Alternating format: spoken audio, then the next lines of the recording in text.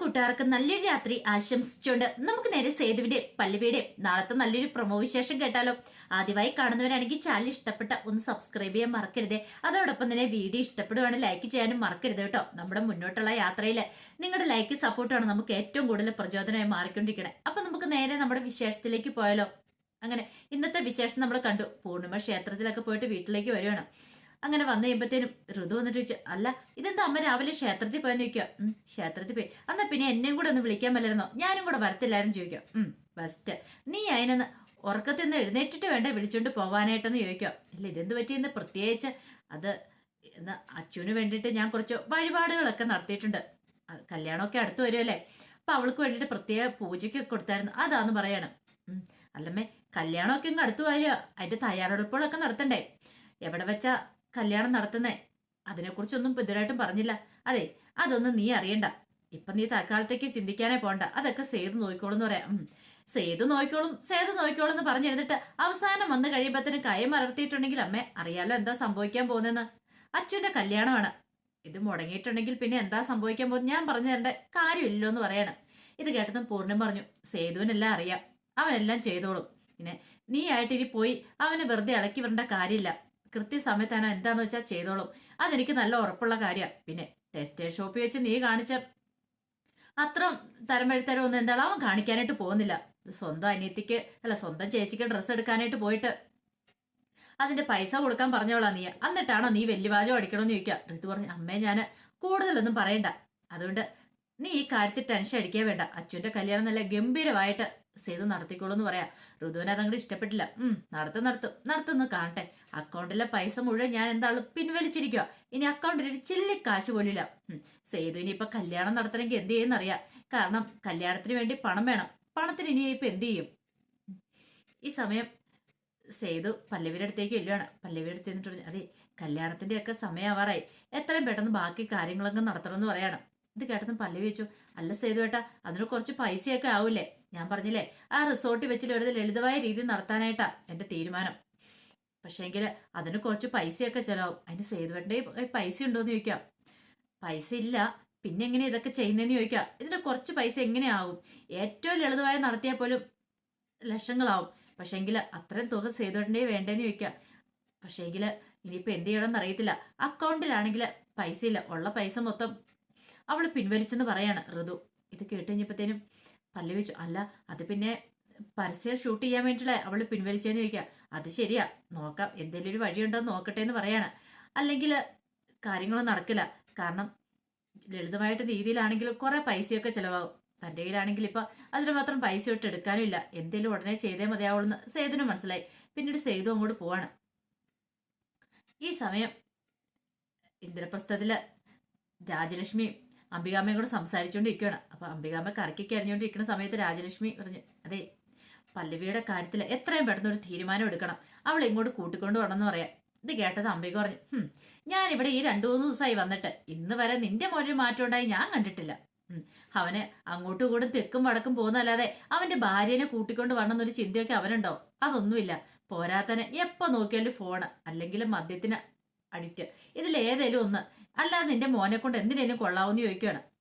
ഇത് കേട്ട് കഴിഞ്ഞപ്പോ രാജലക്ഷ്മി പറഞ്ഞു, അല്ല പിന്നെ അമ്മ അത് പിന്നെ കൂടുതലൊന്നും പറയണ്ട, നീ ഒറ്റ അവളെ അല്ല അവനെ ഇങ്ങനെ സ്നേഹിച്ച് വഷളാക്കി കളഞ്ഞ്. എടി തല്ല് കൊടുക്കണ സമയത്ത് തല്ല് കൊടുക്കണം, തല്ലും ചൊല്ലും ഒക്കെ കൊടുത്തു വേണം വളർത്താനായിട്ട്, അല്ലാതെ പുന്നരിച്ച് വെച്ചിട്ട് മാത്രം കാര്യമില്ല, മനസ്സിലായല്ലോ. അതുകൊണ്ട് എന്തായി അവനിപ്പൊ തലതിരിഞ്ഞു പോയില്ലേ, ആരെങ്കിലും പറഞ്ഞ് അവൻ അനുസരിക്കുമെന്ന് ചോദിക്കാം. ഞാൻ നോക്കിയിട്ട് ആ പല്ലവി നല്ല പെൺകുട്ടിയായിരുന്നു തോന്നേ, ഈ കുടുംബത്തിന് ചേരുന്ന മരുമോള്. പക്ഷെ നിന്റെ മോന് അവളെ നോക്കാൻ വേണ്ട പോലെ നോക്കാണ്ട് സാധിച്ചല്ല, അതുകൊണ്ടാ ആദ്യരാത്രി തന്നെ അവൾ ഇറങ്ങി ഓടിപ്പോയത്. നിന്റെ മോന്റെ കൈക്കുണം അത്രയുണ്ടെന്ന് പറയാണ്. ഇത് പറഞ്ഞുകൊണ്ട് ഇങ്ങനെ സമയത്താണ് ഇന്ദ്രൻ അങ്ങോട്ട് വരുന്നത്. ഇന്ദ്രൻ കേട്ട് ഈ പറയുന്നതൊക്കെ.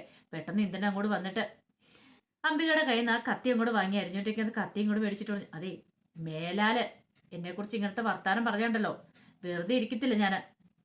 ഇനി മേലെ എന്നെ കുറ്റപ്പെടുത്താൻ വന്നേക്കരുത്, അല്ലെങ്കിൽ അച്ഛമ്മയാ കിച്ചമ്മയാ നോക്കത്തില്ല, കാലാവാരിയെ നിലത്തിടിക്കോളം എന്നൊക്കെ പറയണം.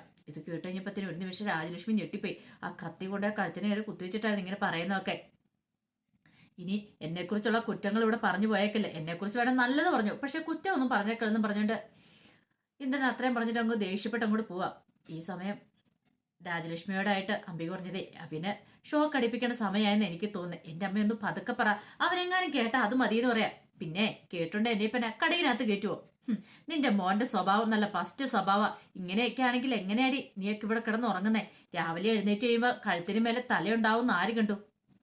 കാരണം വിഷപ്പാമ്പിനെ കൂടെ കിടത്തുന്ന പോലെ ഇവന്റെയൊക്കെ കൂടെ ഇവിടെ താമസിച്ചിട്ടുണ്ടെങ്കിൽ ഇതിനേക്കാളും ഭേദം ആ ഓർഫനേജ് തന്നെയായിരുന്നു.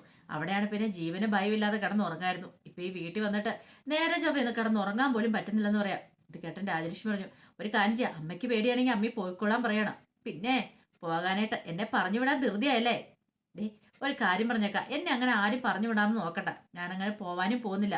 എന്നാണെങ്കിലും ഞാൻ വന്നു, ഞാൻ ഇവിടെ തന്നെ നിൽക്കുന്നുള്ളൂ. പിന്നെ ആ പല്ലുവിനെ കൂട്ടിക്കൊണ്ട് വരുന്ന കാര്യം അവനോട് സംസാരിക്കുക. എത്രയും പെട്ടെന്ന് തന്നെ കൂട്ടിക്കൊണ്ട് വരാൻ പറ. അല്ലാതെ എത്ര കാലം എന്ന് വെച്ചാൽ ഇങ്ങനെ ഡിവോഴ്സ് കിട്ടിപ്പോയിട്ട് പിന്നെ പറഞ്ഞിട്ട് കാര്യമില്ലെന്ന് പറയാണ്. രാജലക്ഷ്മി പറഞ്ഞു, അമ്മ അത് പിന്നെ ഞങ്ങൾ പോയി പറയാഞ്ഞിട്ടല്ല, ഞാനും അവളോട് പോയി സംസാരിക്കുകയൊക്കെ ചെയ്താ. പക്ഷെ അവൾ ഇങ്ങോട്ട് വരാൻ കൂട്ടാക്കില്ല. അവളാണെങ്കിലോ അവളുടെ കാമുകനോടൊപ്പം ഇപ്പൊ താമസിക്കുന്ന തന്നെ. പിന്നെ അവൾ ഇങ്ങോട്ട് വരുമെന്ന് തോന്നുന്നുണ്ടോ?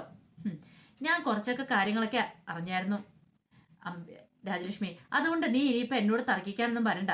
ഞാൻ കരുതിയിടത്തോളം ആ പെൺകൊച്ച് നല്ല കുട്ടിയാണ്. നിന്റെ മകന്റെ കയ്യിലിരിപ്പോണ്ട അവള് പോയെന്ന് പറഞ്ഞു. പോരാത്തന് ഈ വീട്ടിൽ തന്നെ ഉണ്ടല്ലോ ജീവിക്കുന്ന ഒരു രക്തസാക്ഷി എന്ന് പറഞ്ഞ പോലെ വിശ്വം ഉണ്ടല്ലോ. വിശ്വത്ത് കാര്യങ്ങളൊക്കെ എന്നോട് പറഞ്ഞിട്ടുണ്ട്. ഇതിന്റെ സ്വഭാവം എനിക്ക് അറിയത്തില്ലായിരിക്കൊന്നും അല്ലോ. എല്ലാവരുടെ സ്വഭാവം എനിക്കറിയാം. ഈ പറയുന്ന നിന്റെ ക്യാരക്ടർ എനിക്ക് നന്നായിട്ടറിയാം. അതുകൊണ്ട് കൂടുതൽ നീ എന്നോട് പറയാൻ വരണ്ട. എല്ലാം കൂടെ ഒപ്പിച്ചു വെച്ചിട്ട് ഒന്നും അറിയത്തില്ലാത്ത പോലെ നിൽക്കുന്നു. എടി നീ ഒറ്റ ഒരുത്തന്നെ നിന്റെ മോനെയും ഇതുമാക്കിയത്. അങ്ങോട്ട് അവൻ എന്ത് പറഞ്ഞാലോ അതെല്ലാം അനുസരിച്ച് അങ്ങോട്ട് അങ്ങനെ വളർത്തി അങ്ങോട്ട് വഷളാക്കി വിട്ടു. എന്നിട്ട് ഇപ്പൊ നീ കുറ്റം പറഞ്ഞിട്ട് കാര്യമുണ്ടോ? ഏതോ ഒരു വീട്ടിൽ നിന്ന് ഒരു പെൺകുട്ടി കയറി വന്നുമ്പോഴത്തേനും അതിനെ ഭരിക്കാൻ ചെന്നിട്ടുണ്ടെങ്കിൽ അതിന് ഇഷ്ടപ്പെടുവോ? പണ്ടത്തെ കാലത്തെ പോലെ അല്ല, അടിമയെ പോലെ ആരും കിടന്നു തരത്തില്ല. ആ ഒരു ചിന്ത നിനക്ക് വേണമെന്ന് പറയണം. ഇത് കേട്ടതും പറഞ്ഞു, എന്റെ അമ്മ ഇങ്ങനൊന്നും കിടന്ന് നിലവിളിക്കില്ലേ? ഇതെങ്ങാനും കേട്ട് ഇന്ദ്രൻ വന്നിട്ടുണ്ടെങ്കിൽ ഇനിയിപ്പോ കഴുത്തിന് കത്തി വെക്കുമെന്ന് പറയാം. വെക്കും, മിക്കവാറും അവനത് ചെയ്യുമെന്ന് എനിക്കറിയാം. ഇവനെയൊക്കെ ഉണ്ടല്ലോ, ഞാൻ പറയുന്നില്ല എന്താ ചെയ്യണ്ടേന്ന്. വല്ലതും പറഞ്ഞിട്ടുണ്ടെ കൂടിപ്പോവും എന്നും പറഞ്ഞിട്ട് അംബികാമ്മ ദേഷ്യപ്പെട്ട് അങ്ങോട്ട് പോവാണ്. ആ സമയം പല്ലവി കോളേജിലേക്ക് പോകാൻ ഇറങ്ങുവാണ്. അപ്പൊ സേതു പറഞ്ഞു, ഞാൻ കൊണ്ടേ വിടാന്ന് പറയണം. അങ്ങനെ പല്ലവിനെ കോളേജിന്റെ അവിടെ കൊണ്ടേ ഇറക്കി വിട്ടിട്ട് സേതു അങ്ങ് പോകാൻ തിരിഞ്ഞു കഴിയുമ്പത്തേനും പല്ലവി വിളിച്ചു, അല്ല സേതുവേട്ടാ, പൈസയുടെ കാര്യത്തിൽ വല്ല തീരുമാനം എന്തായാലും ആയോ? എവിടെന്നേലും ഒന്നും ആയിട്ടില്ല. എനിക്ക് തോന്നുന്നത് ഋതുവിന് വേറെ എന്തൊക്കെ ഉദ്ദേശങ്ങളുണ്ടെന്ന് തോന്നുന്നു. എന്തുദ്ദേശം?